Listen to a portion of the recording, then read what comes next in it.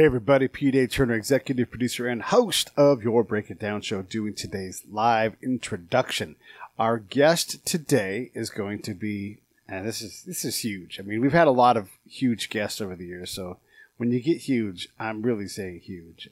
This past week we had Dan Crenshaw. Well, I went to Arizona and I grabbed a couple of really, really notable people. I called it Badass Day. Guest one from Badass Day is the incredible Jay Dobyns, who's an ATF undercover agent who infiltrated gangs and got things done. Holy cow. He's not today, but this was all the same day. By the way, my buddy Dan White drove me around too, and I can't thank him enough for that. After we saw Jay, we drove south to Sierra Vista, where the spy school is, Fort Huachuca, and I got to do a little bit of hometown stomping. But we met up with a legend and today's guest. His name is Don Frye. If you've ever watched UFC fighting or the old days and the video days when they had to go to Puerto Rico to fight, Don is one of those guys, and he beat up people for a living. He has one of the most incredible fights against a guy named Takayama. If you type in Don Frye with an E on the end of Frye and Takayama into your search field, you will see one of the most brutal hand-to-hand combat fights you've ever seen. It's been compared to the top, Ali and Frazier. So anyhow, Don is a Hall of Famer in the UFC. He's one of the critical pillars in getting this sport off the ground before it could be something. Back in the days when it was just hard and there weren't $100 million paydays coming. That's when Don fought. And so we're going to get a chance to hear from Don, and he's not been talking to the media for quite some time. He's had some really rough medical problems, and now that he's starting to get past that, he's starting to do media, and we were one of the outlets he chose to tell his story to, so we'll get more from Don in the future. But Don Frye, a UFC legend, nicknamed the Predator, has a real rough voice, so you're going to get a chance to enjoy that, and I just can't say enough things. By the way, the last episode, or the last interview that day after Don Frye was Navy SEAL Sawman. So if you know all three of those people, you know what a badass day this was. All right, so Don Frye is coming up, and you guys, I'll put this up in a moment. So I'm just going to whip it together, and you'll have it out here in a second. One thing, as always, to support the show, the best way to do it is, and to help us get more of this great content, is to subscribe. If you like, share, review, comment, buy the T-shirts on the website. If there's something you want on the website, if there's a guest you'd like me to go out and get, I get guests for people all the time. James Galliano is coming up in a couple of weeks. He's a former FBI guy, and we have a great conversation. So this is how you, by participating, by sharing, by telling your friends, hey, look, we're all cooped up. It's Corona time. May as well listen to some podcast while you're working on your chores or fixing the fence or whatever those things are. All right, this intro is getting a little bit long. One last thing I have to always say. One, thank you. Two, Save the Brave. SaveTheBrave.org. Go to Save the Brave, and you will get a chance to help us help veterans who have PTSD. All right, enough about all that stuff. I should shut up because here comes the incredible, badass, the legend, the Predator, Don Frye. Lions Rock Productions. This is Jay Moore. This is Greg Proops. This is Jordan Harbinger. This is Dexter from The Offspring. This is Nathan This is East. Sebastian Younger. This is Rick Marotta. This is Stuart Copeland. This is Mick Gillette. This is Andy Summers. Hey, this is Skunk Baxter. This is Gabby Reese. This is Rob Bell. Hey, this is John Leon Guerrero. Hey, and this is Pete A. Turner. Hey, you knotheads. This is Don Frye, and you're listening to the Break It Down show. Yeah, holy shit. Today's badass day, by the way. We talked to Jay Dobyns, who's an undercover drug agent who, infiltrated the Hells Angels and managed to live. He's been shot at point-blank range, had guns pointed at his head, and still did his job. So he's a badass. And now I'm sitting across from Don Frye, who, if you guys don't know who Don Frye is, all you have to do is type in your Bing search, Don Frye, and then you will instantly see headlines or highlights of you fighting in a variety of styles and places. You are one of the godfathers of this open style of fighting that's out there. Like it's hard to have a more impressive career in the fighting world than you. Yeah, I am the god, not just godfather of the god. Or the great-grand-godfather or great-great-grandfather. Yeah, yeah. You have done a lot of fighting, and now, like, you're done with that stuff. What do you do now on a day-to-day basis to kill time? I just play with my bulldog and lay on my back and stare at the ceiling, and I just play the YouTube computer, all that good stuff. You know, try and learn Latin. I like to read. I was a history major and English minor in college, so I like to get on there and read history and all that good stuff. What era of history do you like? Like, what's your sweet spot? I like American history. Yeah? All right. What era of American history then? Oh, shit. All of it. Except for the last 10 years. The last 3 were good, but the 8 before that were. Yeah. Geez. Yeah. Why history? I just, if you don't know your history, you're apt to repeat the same mistake, right? Yeah. So, sure. It's it's interesting, see how people succeeded or see how they failed. Yeah, you're right. Like, how do these things all fit together? When folks say things like Donald Trump's the worst president, and we're not trying to have a political conversation, but Donald Trump's the worst president ever. Like, can you name the other presidents? No. Like, well, then what the fuck are we talking about? Yeah, how do you know? Yeah, exactly. Donald Trump's one of the best presidents. I love Donald Trump. And as a guy that studies history, you've got some context to look at it. Let's talk a little bit about your fighting history.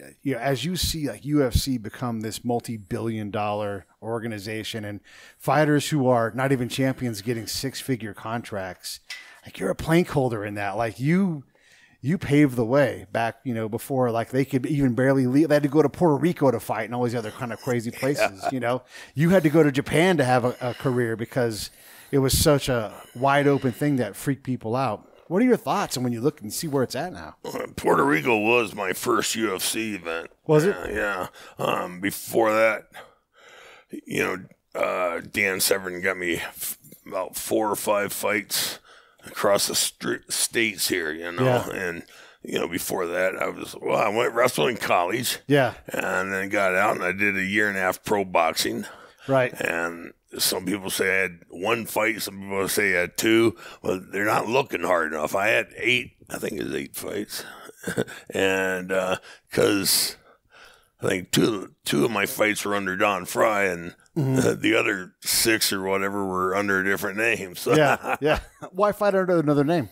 Well, I grew up as JR because I'm a junior. Okay. So I did a couple of fights under Don, and then I had a big blow up with my manager trainer then, and the investment guy said, well, I'm pulling my money if you're not going to dance to this guy's tune. Yeah. Which I don't blame him.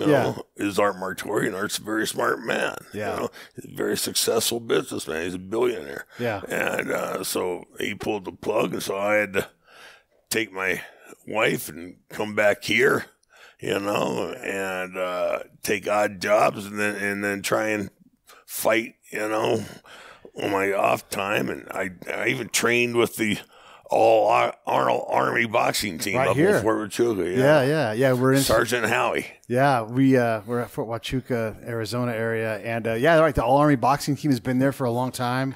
When I was here going through spy school and I was in cadre, I thought about jumping back in because I used to box in college. I'm not trying to brag about that. I was in great shape. I had a hard head and I was smart. And I was I would let guys blow out, trying to fight, and I would just put my hands up a whole bunch, and then when they would get tired, all of a sudden I became the world's greatest fighter. Right. So were you fighting sorority boys or what? Yeah, exactly. Yeah, just like junior college stuff. Anyhow, where'd you go to college at? Well, I went to a lot of colleges. This was Sac City, and it's funny. We fought one time. Here's Pete's fighting story. We went to a small prison, not like a big thing, but just like, and they're like, hey, we're gonna do like a boxing expo, and so we went there, and they're like, hey, when you're here, if anything goes off, everybody get back to back in the middle of the ring, don't move, and if the people start shooting, don't move, sit there. So I'm like, I'm a knucklehead. I'm not even 20 years old yet, and I'm like, what in the hell did I get myself into? Now look, I'm in good fighting shape. I'm ready for any kind of regular fight, but I'm not any good. I just have a hard head and am smart. So I look across, and there's this really tall guy, because my arms don't go straight, so my reach is shitty. And I see this black guy, and he's got cornrows. This is in the 80s, and I'm like, oh my God, I'm gonna get killed. He's scary, yeah. Terrifying, and he's in great shape. And so here's my thing, Don. Here's what I did. They said, touch gloves, come out fighting. I believed them, so I came out and I would throw a lead right hand. I fight left-handed, but I'm pretty right-handed dominant. And so, bam, just a good hard jab right in the nose, right to start the fight. And that's kind of where my trick stopped. That's it. Yeah. I didn't know how to end the fight from there. And so I come out, bam, and I hit this guy. And then I start like trying to figure out what he's doing. And then, we're putting on a good show, nothing crazy. And then about maybe 30 seconds in, he ties me up and he's like, go easy. And I'm like, oh, thank God. Like, I'll put the best show on. Because I also don't want to meet this guy later on. Right. Kick He's his ass. going to get out eventually. Yeah. And so we did. We put on a good show. And I'm like, if he fucking goes anywhere near like hitting hard, And so they couldn't tell we were just kind of tapping gloves, but I got to win. And I was so fucking, the moment he was breathing hard in my ear, I was like, oh, thank God. Thank you, Lord. Thank you, Lord. Thank you, Lord. Yeah. Maybe he was a terrible fighter, but he was just so intimidating. Yeah, it was like my first world heavyweight championship. Yeah. Dan Severn got me a fight, Kit Liken Productions. Can't remember the 3 letters, AEW or, AWE or, KKW, I mean, who knows? Yeah. 'Cause it folded after that, that was his grand finale. Yeah. Because he was the main event. Right. And it looked like him and he fought, come find out he's fought one of the sparring partners, Yeah. And it looked like there was a 5-drink minimum just for those guys, it was horrible. But yeah, I fought the guy, Dan was the semi-main event or co-main event, I don't know. And then I was right before Dan. And they had my opponent on the poster, and he looked like The Rock. Big muscle guy, tattoos, the sunglasses. And you go, holy shit. Yeah. This guy's got tattoos of sunglasses inside. Yeah. He's got to be tough. Yeah. So, I went out there, this guy's going to kill me. So I went out there, started hurting this guy. Boom, throwing him around, whacking him. And I hear him yelling, and I look over my corner. There's Dan and a couple other guys going, take it easy, take it easy. Take it easy. Hell, the guy has tattoos and sunglasses. Exactly. Yeah. But the mental part of it, and again, as a shitty fighter, it was terrifying. It really impacted how I did things. So you and Dan go way, way back then. Like you guys aren't just friends just now, but you've been lifelong friends at this point. Oh, yeah, half my life, yeah. Dan was the assistant wrestling coach at Arizona State, underneath Bobby Douglas, Yeah. And because Dan was, the best wrestler come out of ASU. Yeah. And I was one of the worst. Bobby, God bless Bobby Douglas, he tolerated me, Yeah. So were you a better wrestler than you were like a regular fighter, or? I don't know. I'm much better fighter until I started getting hurt. But yeah, wrestling, I was, like Bobby. One time, Bobby, after one of the matches, Bobby says, Don, I think your social life's getting in the way of your wrestling. Yeah. Well, there's that. Pussy and beer, Yeah. The rest is just second. How about fighting in the bars? Were you quick to fight at all? Or? No, I didn't like to fight in the bar. I'm real dumb. I'm the guy who, you'll insult me, and then the next day I'll go, wait, that guy insulted me. I should have punched that guy. Yeah, I should have, We had Tony the Tiger Lopez on. He's a multi-time Fight of the Year guy, multi-time world champion. And he just looks like, your abuelito now. He's like this Mexican grandpa guy. But then you see his hands. Like, I shook your hands, and I'm like, that's a fighter's hands. Like, your hands are just hard, like they're made out of bricks. And his hands are bigger than they're supposed to be. He's got fighter's hands. And I'm like, so does it ever, do you ever get the urge, like when you're in a bar to say something or he's like, I don't back down, but I'm not trying to cause any trouble. But if someone says something, I let him know. And I'm like, what do you let him know? He's like, so the other day, and it's like literally meant the other day. And this is a 50-something-year-old man. He's like, the other day, this guy was talking to me and he was challenging me. And I'm like, you better watch out. I'm pretty fast. And like you get into a fight with a guy like, he could be, it doesn't matter how old Tony the Tiger Lopez is, The instinct, the muscle memory's there. Yeah. And that hand is like that anvil over there. It's just hard, I've fired off without realizing, without telling myself to do it. Next thing you know, the guy's on the ground. You go, fuck, I gotta go. I gotta get out of here. Get out of here. Yeah. I saw some guy named Rick going that way. And then, so you ultimately have this huge fighting career. But at some point, you were still jobbing, being a firefighter. When did you go like, this is what I do, and this crazy-ass, more open style of fighting is what I need to do? Yeah. Because you didn't go like professional wrestler. You didn't go with straight boxing. No. Like I said, started the submission. After the UFC came around, everybody started these little submission tournaments, around. And then, some guys would, promote a fight. And so, I did a bunch of submission stuff for a year and a half, I don't know. And then I called up Dan and said, "Hey, Dan, you remember me?" Yeah. Yeah. He's like, "Yeah." He said, "What are you doing?" I said, "Well, can you get me in on this UFC thing?" Yeah. I said, "Sure." So, like I said, he got me a few fights throughout the country. And then when he was getting ready for the Ultimate One, Yeah. he trained up there in Phoenix. Mm-hmm. And I called him. He said, "Yeah, come on up," And so I went there, and I was this chief throwing dummy for 4 weeks. Yeah. He put knots all over my knots. But that's your job, right? Is to go out there and be tough and put some work in. With it. The sparring partner, you're a target. Yeah. You're not supposed to take a cheap shot. Right. And right. if I'm the fighter training and I'm working with you. Yeah. We go down. You better take the fall. You better take the injury. Right. Because if I take the injury, we're all broke. Yeah. Right. So when did you figure out that this is what you were going to do, though? Like, when did it become your reality?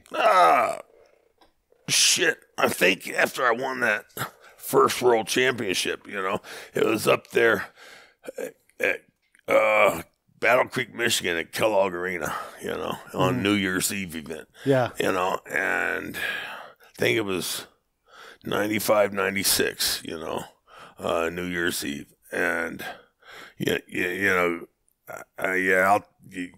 your fight and you get cleaned up and you go out and watch. And, Oleg Tektarov was there, the Shamrock brothers are there, and a couple other names, Yeah. This is where I belong, It's funny, Frank Shamrock is going to be on the show on Monday. Frank's a good guy, man. Don't tell him I said that. But I won't. I'll tell him you said you was a son of a bitch. Yeah, and Don says you got half an ass if you come near him. Yeah, I'll challenge him for it. I'm still missing my watch. Yeah, exactly. So you win the championship, and it sounds funny to say I won the world championship, and that's when I figured out I could do this. But really, in that time, this was barely legal, only brand seen new on videotape. So I saw your fight when I was in Germany shortly after that because I'm in the Army. And which fight? I think it was that one, either that one that was that New Year's fight, like I saw it a few months later. Really? Because they started putting these. This is like a German video store right across from the barracks where I lived, and they would put these things out, and that's how I discovered all that early UFC, all of those early attempts to make this into something. So. I maybe not been that fight, but it was a fight from that era of you and everything else, and like the Grand Prix style of the early UFC fights. Yeah, we did the tournaments. Right. My first UFC tournament was UFC 8 in Puerto Rico. Yeah. But when you look at the event, like the production of what it is now to go to a UFC fight versus back then, you couldn't look around and go, "This is going somewhere." You had to be like, "What the fuck am I doing?" Yeah. But this is also what you wanted to do. Yeah, it was a carnival sideshow. It really was, Yeah. But Bob Meyerowitz was a great guy. Art Davies a great guy. Yeah. When Coleman beat the hell out of me in UFC 10, they paid all my hospital bills. They paid for my. I had to go. My younger brother was living at Tennessee at the time, and he had driven down to Alabama, and so I had to go up with him and hole up for a week, to heal up before I could get on a plane, and they paid for the airplane change, Yeah. So there was enough money that you could see that you're like, this is something I can continue to do. Oh, yeah. Yeah. Interesting.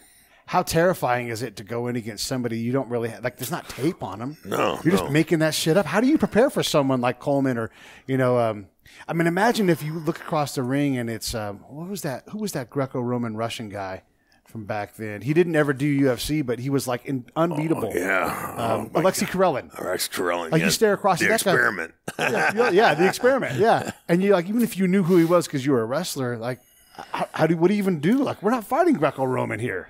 A lot of your wrestlers and judo players or judo fighters, they don't like get punched in the nose. Aha. Okay. You know, I mean, it really takes a lot to get punched in the nose. Yeah. You know, Yeah. or in the lip, and then to stay there.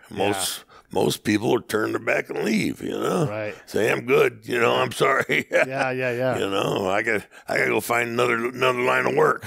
Yeah. There is something to being hit in the face and going, I can take that. Yeah. Let's keep going. Absolutely. You know? I don't care how strong you think you are, how good of a punch you could throw, you know, how fast of a kick. If you can't take a punch, all that means nothing. Yeah. Speaking of the Shamrocks, the last time I saw, was it Ken? Yeah, I think it was Ken Shamrock fighting against Tito. You can't beat up Ken Shamrock. You may beat him because he's older and slower and everything, but you're going to have to whoop him the entire fight. Right. You're not going to submit him. You're not going to knock him out. He's just going to keep coming forward. And that's like the scariest kind of opponent, the kind of opponent that you have to constantly put down, you know, terrifying. It's a battle, from bell to bell. You know? Right. So when you look at today and where things are at, and you compare it to back then, would you, like if you were to come up now, whatever, like you would have to be a lot more, maybe more well-rounded, or what do you think? Or would you still just, because you were primarily a striker, right? No, I was a wrestler and a striker. That's true. Yeah, that's true. And I wrestled in college. Yeah, you were good at wrestling. Yeah. You know, I was good. I wasn't great. Yeah. And that's why, you know, I went nowhere with it, you know. And the really good ones and the great ones go somewhere. Yeah. And, you know, when I did those 8 boxing, it didn't bother me. It didn't bother me to get punched in the face. So come fight time, you know, and the thing is also I wrestled in front of large crowds. And I'd box in front of large crowds, so the crowd didn't affect me negatively. You know, a lot of them people go out there and they see the crowd and they see all these people staring at them, the lights and, you know, the ice smoke, you know, and the music, and they piss themselves. They just freeze up. So a lot of folks say things like, "I would get in the ring and take one punch from Mike Tyson for $40 million." That's not the idea. You know? Okay. The idea is get in the ring and win. You know? Not to get punched out. Right. But I mean, also there's the whole thing where like Mike Tyson punches at a professional level. Yeah. You get punched by him. They don't know. You don't get unpunched. People don't know. Yeah. You know, majority of people are really stupid when it comes to fighting. There's a difference between an athlete, a regular person, a weekend athlete, an athlete, and a professional athlete, you know, or even a semi-pro athlete, you know. That's something I'm trying to talk to Severin about also. You know, he's going to do this King of the Beast fights. You know, he wants to do amateur and pro. Yeah. And I says, you know what? You need a semi-pro league. You know, the whole world needs a semi-pro league because most of these guys walking around claiming to be a professional. You're not a professional. You got paid $200. You know, a professional is somebody who earns their living doing that, you know, who can make enough money to do just that. You know, you don't have to go to your job. Be an accountant, you know, and then after your 8 hours of accountant work, go to the gym for 2 hours, you know, and then run a couple miles on Saturday and Sunday. No, that's not a professional athlete. Right. You know, you got to be able to be at the level where your whole source of income and livelihood is the fight game, or football, or baseball. Yeah. How many hours a week do you put in as a professional fighter? Like if you're in training season, not necessarily training for a fight, but overall maintenance, how many hours a week is that to be a pro and maintain? I would train 8 hours a day, probably 6 on Saturday, or 4 to 6 on Saturday, and then on Sunday just take off and just go for a 3 or 4 mile run and then hit the bag for an hour. Yeah. You know, easy day. Yeah, easy day. No problem. Right? Yeah. And then you have to save your money between these things and live off of the money that you earn, right? Yeah. Again, to be a prize fighter, an actual professional, you know, that money, you got to pay everybody else. You're damn right. And then you got to pay them to show up to train with you. They don't take into account the the training expenses. Even your cornerman doesn't realize that, you know. I mean, because he's not paying, you know. He just sees the guys show up. After every workout, I would take my guys out for dinner, you know, and then when we had a fight, you know, they took a few days off. I'd pay them for their time off work, and then I had to pay, you know, if Pride or UFC would pay for, you know, 3 tickets, I would have to pay for all the rest. Yeah. And then I'd pay for the hotel rooms for them too. Yeah. And you got to feed then those the guys. feed, Yeah. You know, because, you know, they got me there. Right. You know? And if you're the 7th guy on the card, you ain't getting that deal. Right. You were going to fly yourself there. You're going to fly your mom or whoever else. Yeah. And then you walk out and I mean, if you're coming up, you lose money when you go on these big tickets. How much time do you spend thinking when you're in the ring? Like, okay, you're fighting Sakuraba or one of these other guys. Like, how much time are you spending going, you know, really cognating actual thoughts and planning? And are you ever distracted? Like, look at that lady. She's got huge tits. I'm going to talk to her after the fight. Like, how much of that goes on? I was when I was a boxer, yeah. I mean, because, you know, I wasn't serious about it, you know. Yeah. So I'd be looking at the tits, you know. But, yeah, I mean, afterwards, you know, after the fights, then you see the tits, you know. Yeah. They come up to you, too. It's a lot easier. Yeah, absolutely. You're no longer working. Yeah. That Sakuraba fight is insane. That whole thing when you guys are just so... Never fought Sakuraba. Well, what's that guy's name then? Who's Takayama. Takayama. I can't Yoshihiro Takayama. That fight is crazy. You guys sat there. What a numbnut, huh? I know. God dang. You come up and tell me the greatest fight you ever saw, and you can't tell me the guy's name. I got the name wrong. I'm sorry. Yeah, they usually say, that big, tall Chinese guy. He's not Chinese. Japanese. Yeah, he's Japanese. Yeah. He's blonde hair. He's not Chinese. He's Japanese. Did I say Chinese? No. I'm trying to talk here, but you keep trying to tell a story. Jump in anytime. And look, learn the man's name because he deserves it. Yeah, he for sure. fucking deserves it. And now, you know, he's a quadriplegic because, you know, God bless him. A few years back, he severed his spinal cord in his neck doing a pro wrestling match. Yeah. Oh, that's horrible. Yeah. Yeah. God bless him. Yeah, absolutely. I mean, you guys live a hard life. You know, your body's beat up. Hell, my body's beat up from combat, and your body's is way more beat up than I am. It's hard. It's hard living. Yeah, it is. You know, because you know, you pack 10 years into 1 year. Yeah. You know. Yeah. And doctor said, you know, you got the spine. You know, 10 years ago when I got my first back surgery. The doctor said, yeah, you got an 80-year-old spine. Yeah. And he said they're only designed to be set for 70. So I guess that begs the question, regrets? Yeah, I wish I'd have trained harder. I wish I never did the drugs. I wish, you know, that's when my career and my life took a shit, is when, you know, I over-medicated myself, you know, because you get to hurting so bad. You take the pills, and then you don't feel anything, and you enjoy not feeling anything, you know. Yeah. And then you go in there stupid, you know.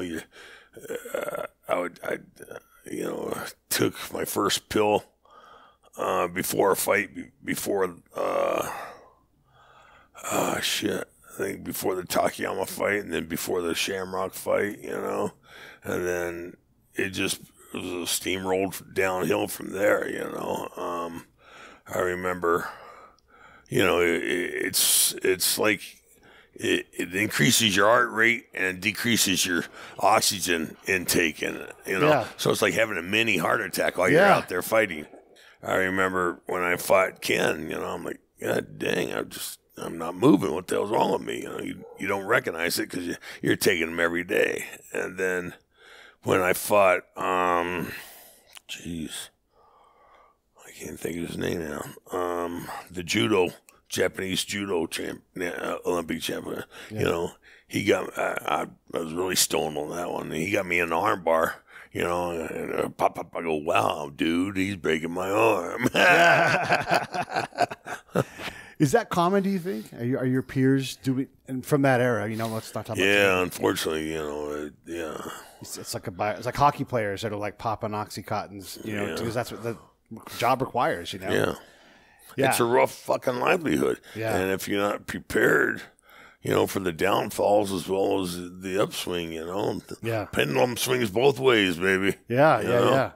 And it definitely don't stop swinging. Like they say, what goes up must come down. It's a hard landing, boy. Yeah. And I imagine you've done better than most. I mean, you got to make a lot of money in your career, and I got real lucky on that, because I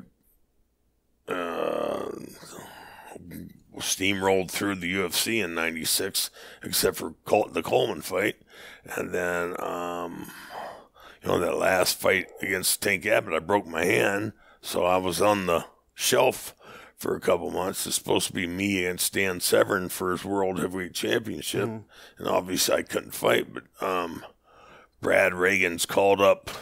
Masa Saito called up Brad Reagans looking for a white guy fighter, bad guy, for New Japan Pro Wrestling.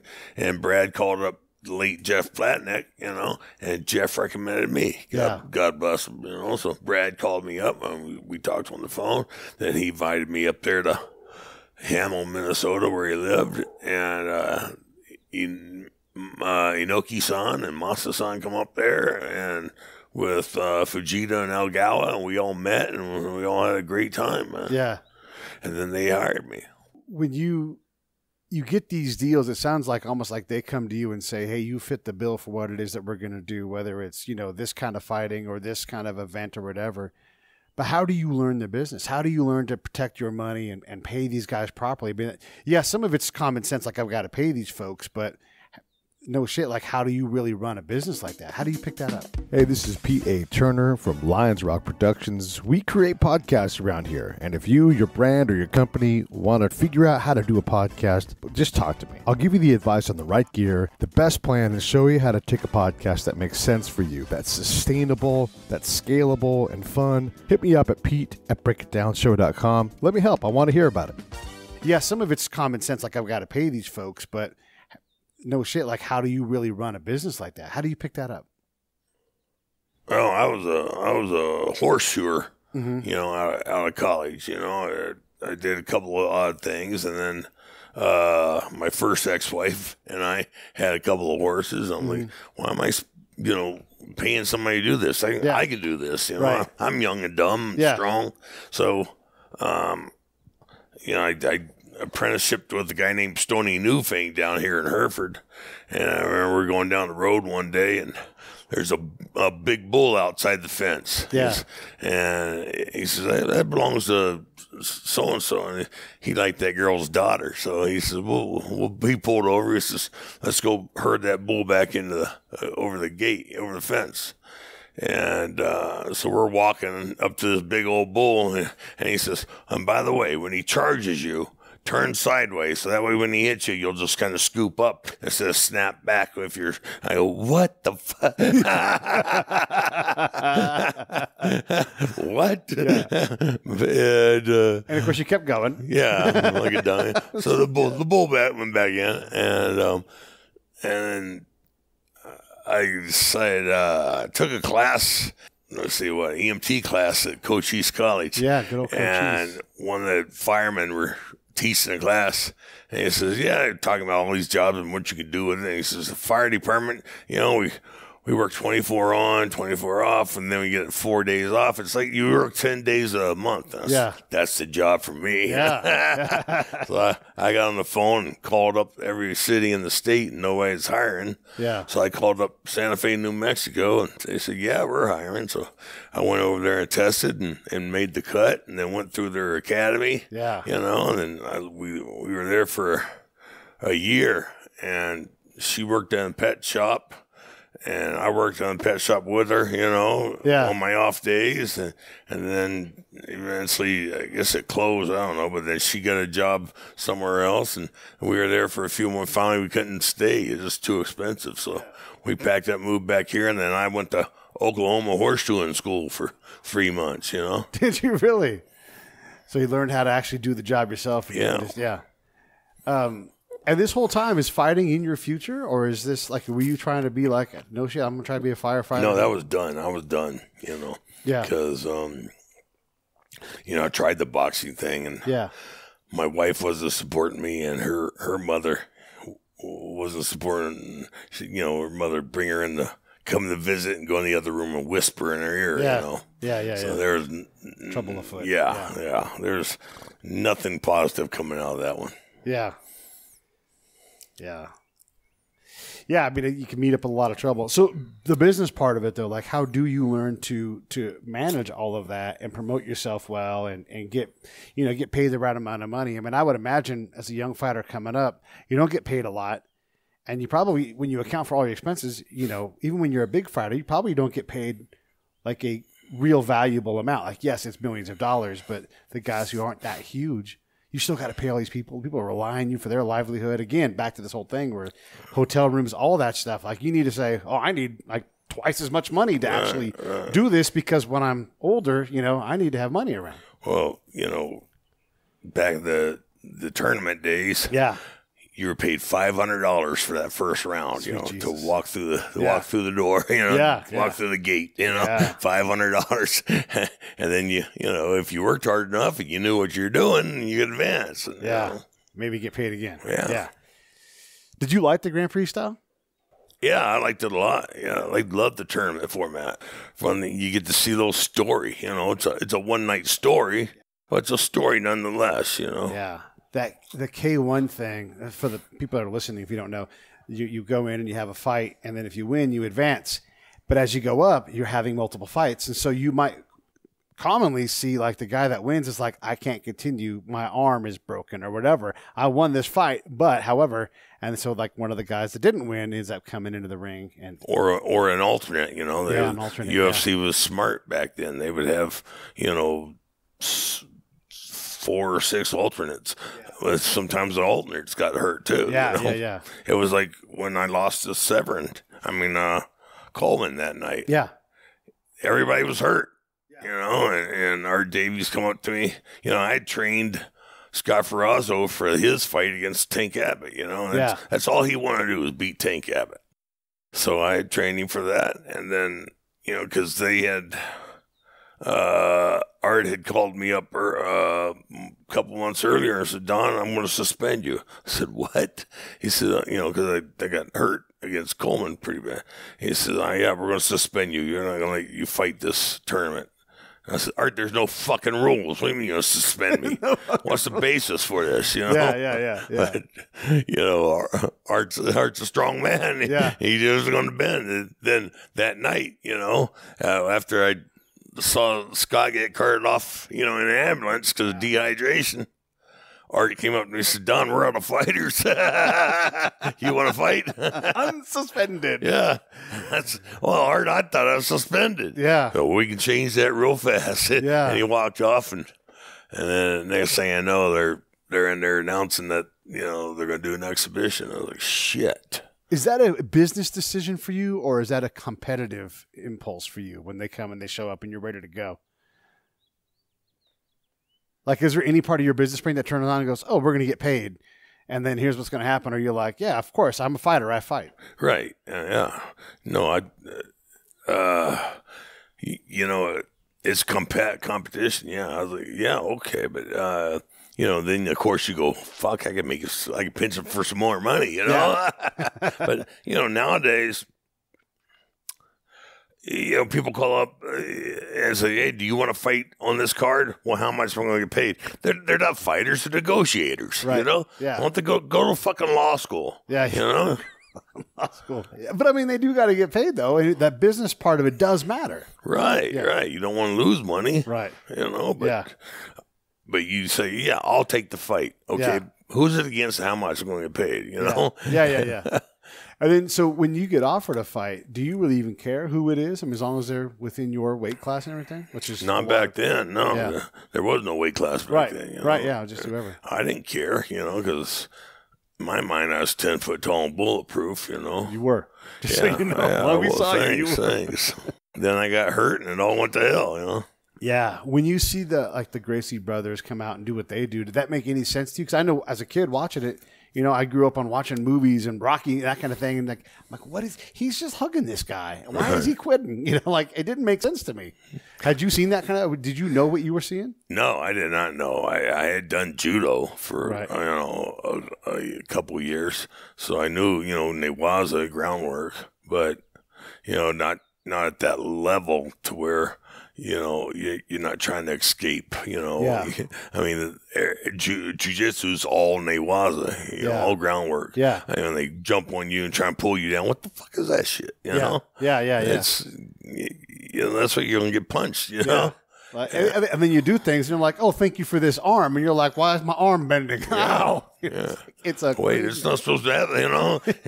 Like when Frank Shamrock, you know, got taken down by Kevin Jackson. You know, Kevin Jackson's a great amateur wrestler, you know, a couple times national champ, Olympic gold medalist.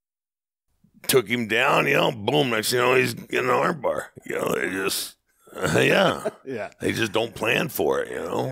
There are so many different ways to approach the fighting thing. You know, when you look around, like think about Rulon Gardner going against Alexei Karelin and winning, largely because he's an enormous human and was super sweaty. And Alexei is like plenty strong, but you just can only do so much with someone in you know, could never get him in a position to do things. Everybody else in that tournament, he was throwing them on their heads. Right. You know, so when you looked out and you saw your peers out there who are doing things, you were like, man, I wish I could do that. Or holy shit, that's incredible. How in the world does he do it? What are some of those things that stand out? Oh, yeah. I mean, when Marco Huas hit the scene, was that amazing, you know? He came in and chopped everybody down with those fucking leg kicks, you know? Yeah. And Oleg with that roll through, you know, knee bar, you know? I mean, those things you go, damn, that's impressive. Yeah. Yeah. I saw a K1 in Vegas. It was great. My friends really didn't know about K1 very much. I mean, you're going to love this. And so just all the big names were there. Bob Sapp was there, but he wasn't fighting. He was just getting paid to stand around. I love Bob. He's great. That is an enormous guy. He is great. He's a big bull boy. Yeah. They had a guy coming up. He was fighting, and you could see their styles, right, as they go through the Grand Prix thing. And he was an axe kick guy, but he could put that foot up there and just hold it. Yeah. And then you just wait, and you're like, oh, shit, that thing's coming down. And then he would just keep dropping that. And then until he hit it. And there's nothing you can do about it. Yeah, and then that would be fight over, you know? Yeah. And he fought against a guy that was just a huge hook machine, kind of like an Ernie Shaver kind of guy. And he's like, if he hits you, you were going to get folded up. And it was like the axe kick versus the hook. And finally, the axe kick landed and blew the guy's nose out. Incredible to see just these totally different approaches to solving this problem. I'm impressed that you know who Ernie Shavers is. You know? Yeah. Well, Ernie Shavers has that great story when he was sparring with Sly Stallone. Yeah. You know, and Sly's like, everybody go home. I got punched in the kidney. He broke his ribs, yeah. Exactly. You know? Yeah. Because I remember, let's see, Cormier was going to fight that black fella who rubbed his belly, you know, from Detroit, I think he is, you know. Good on the interviews. Guy's great on the stick, you know. Yeah. But fighting for a role. And I called up Cormier and said, hey, you know, if you're going to do the Bum of the Month Club, you know, like Joe Louis did, put me in there, you know. Let me take a beat. I think I heard it. I think he thought I was calling him a Bum of the Month, you know. Because I said just like Joe Louis, and everybody's like, who the fuck is Joe Louis? You know. Yeah. It's like, man, you people don't know your history of, you know, your sport world. I mean, I'm not a master of the fighting world thing, but like you have to know Joe Louis, Bum of the Month, like these tomato cans up, and Max Schmeling and all of that. Yeah, there was a long lineage of these fighters, you know, like Sugar Ray Robinson. Yeah. You know, and seeing what Jake LaMotta, you know. Oh, yeah. Roberto Duran. Oh, my God. Marvin Hagler. I love watching Marvin Hagler. Who did you like from the eras that when you were like, you know, younger and watching guys fight? Who did you like to watch? Shit, I used to watch Hagler and Hearns and Leonard. You know, those were great fights, you know. Yeah. Boom Boom Mancini, Vinny Pacianza. Yeah. You know? Yeah. I mean, they're great fights. The kid, is it Fensick, the guy down from Australia who broke both his hands, you know, and still kept fighting, you know? That's tough. Yeah, I like those Mickey Ward and Arturo Gatti fights. Those were great fights, just guys throwing down. Yeah, it's such a And it puts me in my like, back into time, and you think about all those incredible fighters. I remember they made the comparison, my fight with Takayama. Yeah. Dave Meltzer, a Wrestling Observer, he compared that fight to the Ali Frazier Thrilla in Manila, he said, the Frye Takayama fight was this generation's Thrilla in Manila, that's a compliment. Absolutely. I remember when I used to go out for GLC 2000, Luke Closman, Detroit, and I would do the trade shows, and the Arnold and the Olympia and all that. And we're there, and there's some guy across, just sitting there staring at me for like a half hour, 45 minutes, and finally go, "What the fuck is wrong with you? Come here, come over here." And he says, "Man, I didn't believe it was you." He says, he says, I'm a veteran, combat veteran. He says, we used to throw your VHS, your tape in the VHS, and watch your fights, and then we go out and slaughter people, man. He says, so we get all jacked up watching you fight. That's the greatest compliment I ever got, man. Yeah, no, come on, you were super inspiring. That's why it's incredible to be here talking with you. I was thinking about that Meldrick Taylor Julio Cesar Chavez fight. That was a car wreck for 12 rounds. Yeah. I don't know if you know about this fight, Dan, but Meldrick Taylor is basically winning and outclassing Julio Cesar Chavez, except for the last 8 seconds of the fight when he had just gassed completely and was literally never the same fighter again. Like, he still fought a little bit, still won, but it was such a battle. It was like a... What about when Julio Cesar Chavez fought... God, you just said his name. The Puerto Rican guy. Arturo Gatti? No. He got killed in a drug thing. I want to say it. I won't tell you the story, Goes with what we're talking about. What the fuck is his name? Who did he fight? Let me try to use He fought everybody. He was the world champion for a bit, No. This is a Puerto Rican guy. Middleweight or, welterweight or... Camacho, yeah. Oh, okay, Camacho. Okay, go ahead. All right. When Hector Camacho fought Cesar Chavez, and he had mouthed off like he always does. And Julio Cesar Chavez beat the fucking piss out of him, and he's about to go down, and he'd back up. He'd go over the corner and just stand there and bounce up and down and stay warm. Yeah. And let the referee give the standing 8 count. Okay. Yeah. And every time he's about to put him down, he'd stop, he'd back up, go back in the corner. Give him a whooping. Yeah. Tortured him, man. Just crucified him. Yeah. And to hit Camacho that much at all was incredible because he was hard to hit. He's a great fighter. Yeah, boxer. he was a great boxer. That's catch yourself saying that now. The difference between a fighter and a boxer. Yeah, a huge difference. What do you think of guys that are like crossing over and doing other things like the Irishman, McGregor? Yeah. So McGregor goes over to the professional fighting side, the boxing side. And he does all right, but there's so much to tech. God bless him. He did fantastic. Yeah. $100 million. Wow. He's got his own Irish, his own Irish whiskey. Yeah. God bless him. He's brilliant. Yeah. Yeah. I mean, he stole the Ric Flair, personality, right. Yeah. And took it to a whole new level, Yeah, that's true. But the tactical part of the fight and the strategic part of the fight, he was never in the strategic part. He came in and did his work and he was showing off. But there was a long game that was being played. Yeah, you can't change gears. It's like drag racing versus NASCAR or Indy. Yeah. It's the same. It's a race. It's a race car. Yeah. It's a different kind of race. Right. A whole different kind of race. Yeah, and again, there's 100 ways to do this. You can be the guy that's impossible to hit, the guy that's the master strategic guy, the other guy that's like, I'm just going to stand in the middle of the ring and throw. Yeah. And there's a lot of ways to do it. It's crazy. So tell me what you're working on now. You've got a couple different projects.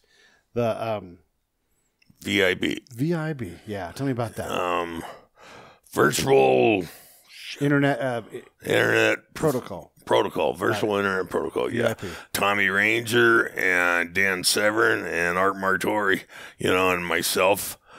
We were doing this, and then we're gonna do Predators predictions again. I hope if, Stuart Wilson owns Predators predictions. Nice. All right. He was the original producer of it. You know, even though I'm the Predator, he owns the show. Yeah. And so we're looking to bring that back onto the TV station. That's going to carry. Dan and I are going to have a talk show. Then we're going to do the VIP, and then we're going to do Predators predictions. I'm going to see what else. We can bring. Are you feeling good enough to start getting out and like going to events and doing some appearances or? Not yet. Not yet. You're getting there though. I'm getting there. Yeah, I know you've been fighting hard at trying to get better. Doing the physical therapies improved me a lot. A lot. I still got a lot of pain. As you can see. Yeah. And. What doesn't hurt on you? Like Indiana Jones. Here. Everything hurts, but, had a fun life. Yeah. Had a real fun life. Yeah, when you look at the life and the fun that you've had, I mean, you're a superstar around the world. Like, there's so many places where you go and, like, holy shit, there you are. For people that say that about you, the guy that was the firefighter in Santa Fe, you tell them that, like, people are going to go, holy shit, that's Don Frye. And they're going to whisper your name. Yeah. It's incredible. Yeah. Well, I was a firefighter before I got in the fight game, Yeah. So, but afterwards, I saw Danny Lurie. There's Danny and Michael Lurie. They were in the same class as I was, graduating class from the fire department. And I saw him up in Vegas at the Arnold Classic. I'm not sure, but his kids were doing, jiu-jitsu. And so he come over there and talked to me, you know. He says, everybody remembers you and talks about this and this, Well, it's good to see you improving. I know we've been talking for, over a year even now. And just, to see you in this good condition, it's a sign for the future is good. Well, I almost cashed in my chips a couple of times last year, I had couple real bad infections, and one time last year, I had to call the fire department to carry me in, take me in a couple of times. Yeah. And first I went to a hospital, which didn't do anything for me, give me some, now I can't even remember the name of the steroid. Search the P. Well, they gave you a steroid shot. Yeah, no, the pills, but, take away the swelling, and then I could walk, because I couldn't walk, couldn't feel my legs. Man. And then the next time I said, no, take me prednisone, give me some prednisone. Okay. And then next time I said, no, take me to Banner, and I went to Banner, and they ran tests on me, and did the MRI, and they couldn't find the problem, but they knew there was something wrong. And so I got sent to a old folks home, and I woke up a few times at 4:30 in the morning, and I'm just screaming, pissing myself, And I said, I need something for the pain. They say, you're not due for medicine for 2 more hours. Yeah. Turn out the light, close the door, and go down the hallway, Yeah. And I called up Jeff. Come get me out of this shit, and they did the MRI and they couldn't find anything, but then they had one of their interns go through it sheet by sheet, Then they found an infection. Because first they did find an infection is on both sides of my spine. They cut it out. But then I went back in, and that's when they couldn't find it. And then they went through it sheet by sheet, and they found it was infection inside the spinal cord. Oh, shit. And so they got in there, and they cut open the membrane, and all this pus kept flying out of the membrane. Jesus Christ, man. You barely survived. That's a rare one, they said. Yeah. Well, you're not half-assing anything. But, no. But you're feeling like you're still getting better. When I fuck up, I fuck up. Yeah. Big level. That's my guy. Yeah. Yeah, I'm getting better. Thank God. Yeah. I'm hoping to get my act together, move back into my own house here. Yeah. And are you able to take pain medication, or do you have to be really careful with that? No, I careful for what reason? Yeah. Well, just you don't want it to get out of control, and then all of a sudden now you have another problem, Part of not to handle one thing at a time. Yeah. I got to cross that bridge when I come to it. Yeah. And then I can put out that fire once I get across that bridge. Yeah, multiple fires. I'm not going to worry about the fire until, from this side of the river, you know? Yeah, there you go. Yeah. Man, well, listen, I appreciate you taking the time and hanging out with us out here in Sierra Vista and everything. I'm looking forward to talking with you and Dan some more. It's just neat to be able to just dive in and just, share this time with you. Are you in any way on social media at all right now, or are you still kind of about to launch still? Still waiting for them to launch. I mean, right now, I'm just, I had May 2010, May 2011, I had 5 back surgeries. Mm-hmm. And then I think in June 2012, I had the 6th. They had fused 3 vertebrae, so they tore it out and fused 10. And then Jesus Christ, I went along for about a year and a half. Then my back started hurting real bad. And I couldn't stand up, couldn't figure it out, what the hell's wrong with me. They fused my back. I should be good. What happened, And so I started taking more pills. I take 10 pills a day, drinking a half a bottle or a bottle a day, and lost my family over it, and then I got an x-ray in June of 2016 over there in Beverly Hills, Cedars-Sinai, and Dr. Goldstein looked at it and said, well, there's a problem there, dumbass, you broke your rods, So I'd walked around for 2 years broken rods. Yeah. And you broke the thing that was for your broken back. Yeah, yeah. So you unfused yourself. Yes, absolutely. And so then I went in for the surgery. They couldn't do it until September. So I had, another 5 months, dragging my leg and all that.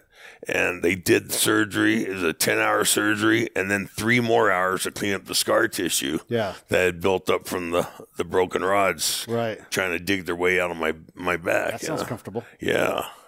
That's why I was such a raging asshole for, a couple of years. Is this the hardest fight of your life? Yeah. And then I was there for about 4 days, felt good. They checked me out. Bye, thanks for having me. Went out in the parking lot. I had a stroke, brain hemorrhage, stroke. Fuck. And then they brought me back in, put me in a medically induced coma for 3 weeks. And during that time, I got another infection, so they did a couple surgeries on me while I was in the infection or in the ICU. Finally woke, they pulled me out of the coma, and I was in a rehab there for 2 months, and then came back home and wasn't aware that my ex-wife had put a restraining order on me. So I tried calling her, and contacting. Next thing I know, I'm in jail. Yeah. And, I'm sure I knew it. I just forgot, Yeah. You've been busy. You tend to forget things when you're in a coma, They put me on probation for a year and a half. And while I was like, oh, how am I going to make it? All that. And then all of a sudden, I'm back in the hospital. The infection came back, and I was in the hospital, like I said, last year for 7 months wasn't enough. Yeah. Fuck. That's crazy. Yeah, you're right. Like, you almost cashed your chips in a couple of times. Any one of those things could have gone sideways. They'd have killed a real human being, Yeah. Well, it's incredible, man. You are a tough dude, and I'm glad that you're continuing to fight it and get better, man. It's awesome. I am looking forward to seeing what's next with you. Yeah, it's like that. People sit there, hey, I saw that fight against, that big, tall, blonde-haired Chinese guy. No, he's Japanese. You're tough. You're real tough. That's like they said in boxing. That's not something you want to be known for, being able to take a punch. You're a winner. Well, you are a winner. You are a Hall of Famer. And thank you, man, for coming on the show. I appreciate it. Thank you. Thanks for having me, partner.